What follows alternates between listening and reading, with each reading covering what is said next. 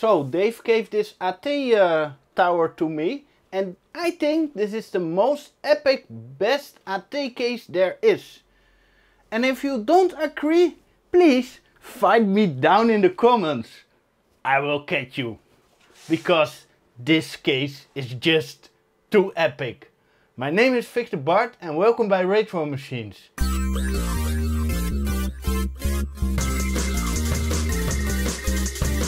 And what's epic about this case? If you take a closer look, the layout is pretty nice. An AT board here, the power supply up here. I can put 3 hard drives here, 2 floppy drives, an extra hard drive here, 4 5¼ inch drives, but only 3 are to the front. But still, that's pretty epic. But the most epic thing is, it's the front panel. And I already own one case of this layout. But the super special function of this case, which the other case doesn't have, is these 2 buttons here. Let me show you where it's for, but it needs to be fixed, so it's not working correct. Here we have a megahertz display and a turbo button. And a reset button. And of course the power button. But also these 2 buttons. Uh-oh. Of course it's not working.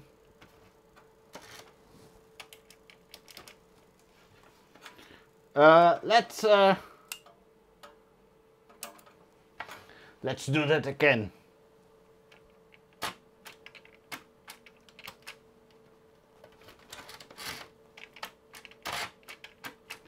It's a motorized front panel. But as you can see, it's not working how it should. So we're gonna fix that in this video. So let's take a closer look. Here we have a PC speaker and we can install an extra fan, and that's probably necessary for the build I'm planning. The floppy drive here. This panel is normally on here, so the power button will work. Here are the 2 switches from the rocker switch and the turbo button and reset and the display. And this cable is probably a sensor, and here we have the motor. So let's remove the motor and clean it up, and maybe we need to grease something and just check if it works without the front panel up and down movement. Let's remove these screws here, but I need to be really careful because the plastic can break because it's already old. This case is probably from 1996, 1997 or something like that. There's a sticker on the back that says that there was a Pentium 150 in it. Okay, here we have the motor, and there are 2 black wires and 1 red wire, and the black wire goes to the sensor down here. Okay, the power supply is on, and here we have the wheel, so that sounds correct. So I think the motor is fine. Maybe a little bit of grease or silicone spray, something like that. So we probably just need to fix the door, that it slides better than this, because it's not smooth. I see some screws here, so probably if I remove them I can clean out the rails here.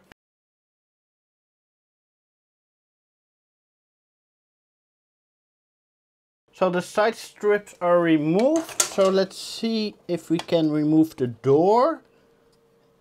Okay, that was really easy. I see a little bit of dust here, so I'm gonna clean it and put some lube on it.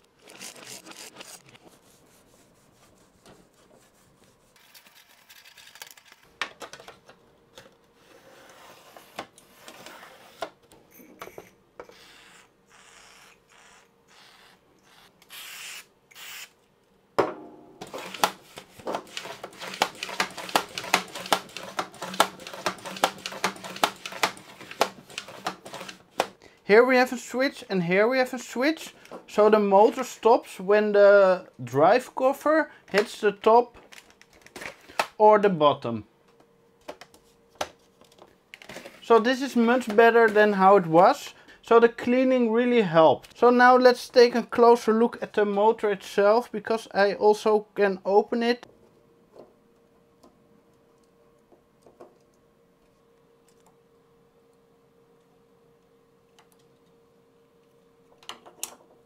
So here's the gearbox, and it looks really clean inside, so no hairs around the wheels.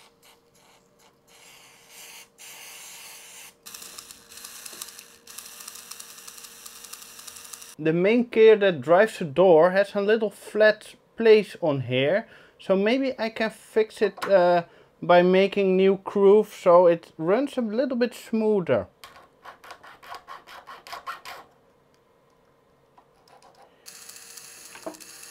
So now the parts are all running smooth, it's time to put back the motor and try it out if everything helps or that we need to adjust some more.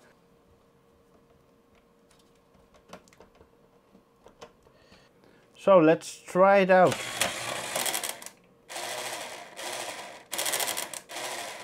That doesn't sound right.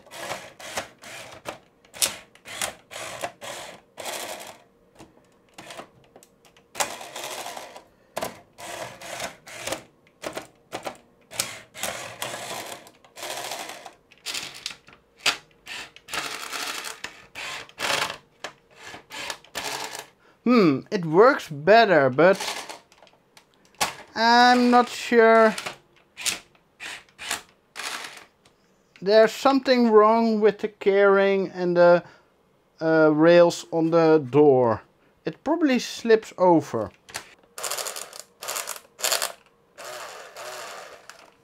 Okay, it looks like the internal gearbox is tripping over.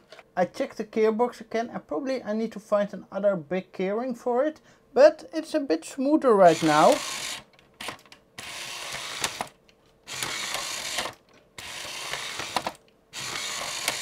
I think for now it's working. So before we're gonna put the front panel back on the case, we should do some things. Otherwise we have to remove the panel again. The first thing we're gonna do is remove this metal panel, because I want to install more than one drive here.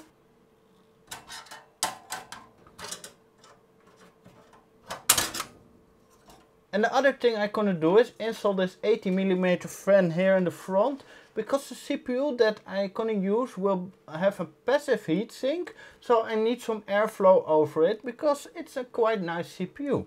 So we're first gonna install a fan grill on it.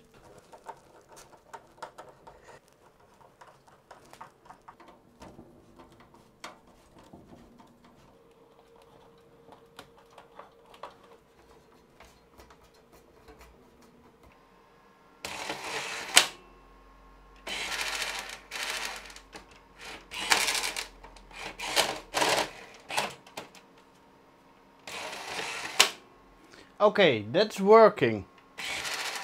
But if it goes up, the damaged gear is not working. So I need to find a replacement. But as you can see, it's much better than it was before. The display goes only to 199 and it doesn't have jumper. So how do you set it? Just press the reset button for a while and then you can simply press it till you reach the amount that you want. So for example, you can put it on 33 MHz. Or let's set it back to 199. And if you connect the turbo button, you have two options here. And what's really nice, the original plastic is still on the front panel. So let's peel it off. It's always satisfying to pull off the plastic and reveal a really nice new front panel. Nice and shiny. So we have the most awesome epic AT case there is. So we also need epic hardware to put in it. So what options do we have? 486? No. 386? No. 286? Too old. Pentium 1! Too boring! But here we have it. Pentium Pro! Yes! I think this system is perfect for Pentium Pro build, because we have a lot of expansion, so we can put in squishy stuff and build it up like a workstation and nice hardware in it. So this motherboard is brand new, and there is not a brand on it, but it is an MB8600 TTC. I think this is some BioStar motherboard. But it is like a no-name white box board, because also on the motherboard box this image is not from Pentium Pro, and there's nothing on the box that says that it is a Pentium Pro motherboard. But the motherboard is brand new, it's old stock. It had a soldered Dallas chip, and now it's replaced by a socketed Dallas chip with a BIOS battery on this module. And Dave did this modification. Also, he recapped the whole motherboard, because the motherboard's from 1996, so it's 23 years old. Probably the caps weren't that great anymore. So we have a single socket Pentium Pro on it, and this is 200 MHz with 256 KB of cache. 4 memory banks, 72 pins. Here 2 IDE, floppy, COM, parallel, even USB.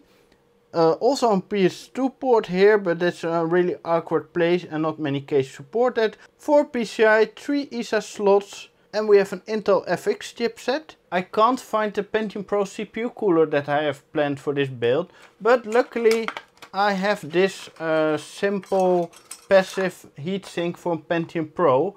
And I already bought this one day on eBay for very cheap. Let's use Noctua NT-H1, and this is premium grade thermal compound.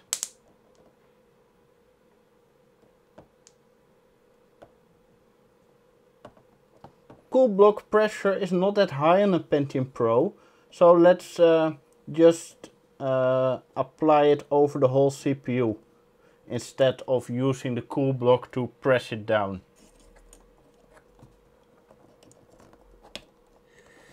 So let's connect the AT power cables, but be careful, the black wires must be in the middle, otherwise your motherboard will go boom. And let's use this Stealth 64 from Diamond as a video card. I have a really nice memory kit for this system, but let's first try it out with a less important memory kit, because the other memory kit is quite special. Maybe I should power up the monitor.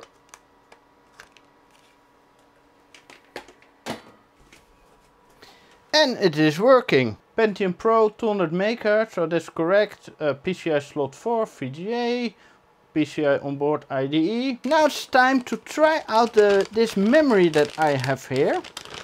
And these are 64 MB Edo memory sticks. That will be a lot of memory for this system.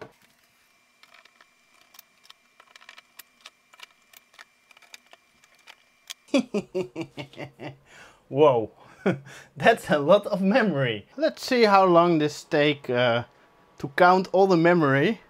Probably it will take a long time. 40, 50, 64, yeah, counting. I probably need to see if this BIOS has an option to skip this, or just put the system on and wait, or hit escape is also a possibility. But it's just nice that it's just counting and counting and counting. This is a lot of memory. Yeah, it's still counting. Why not? Whoa. And this on a Pentium Pro. Nice, nice. Yeah, I probably can run Windows 2000 if I want without any issues. But I don't gonna run Windows 2000 on a system like this. Yeah, just keep on. Yes, we have all the 256 MB of memory installed. I probably need to have some airflow in the case, because I think This memory can run a bit hotter because there's so much memory packed together.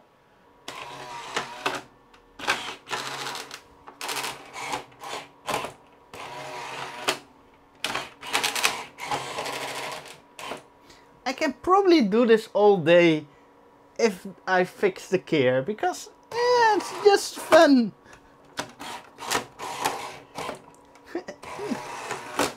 So what do you think about this build plan with this epic, awesome super case? I think this is just the best AT case there is. And in combination with a Pentium Pro. And a lot of memory and probably SCSI and maybe a zip drive here. Network cards, sound cards. Just make an epic single processor Pentium Pro build. Yeah, I really want to do this. And I need to find my better cool block. It's getting a little bit hot already, so maybe it's better to turn it off till I have some airflow or an active cooling on here. But I really love this. I really love this motherboard and this case, so thanks for watching. Please like and share this video, subscribe and leave a comment. You can join Retro Machines on Facebook. And you can support me monthly on Patreon, so I can buy more hardware and stuff like that. Or you can use my Amazon affiliated links and follow me on Twitter.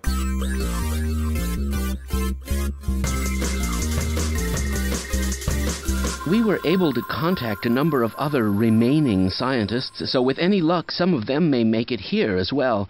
We would have chosen the Lambda reactor for an escape, but the crew there is bent on fighting the creatures, with all their hopes set on someone named Freeman. Let those fools try and fight a battle they can't win. I just want to get out of here.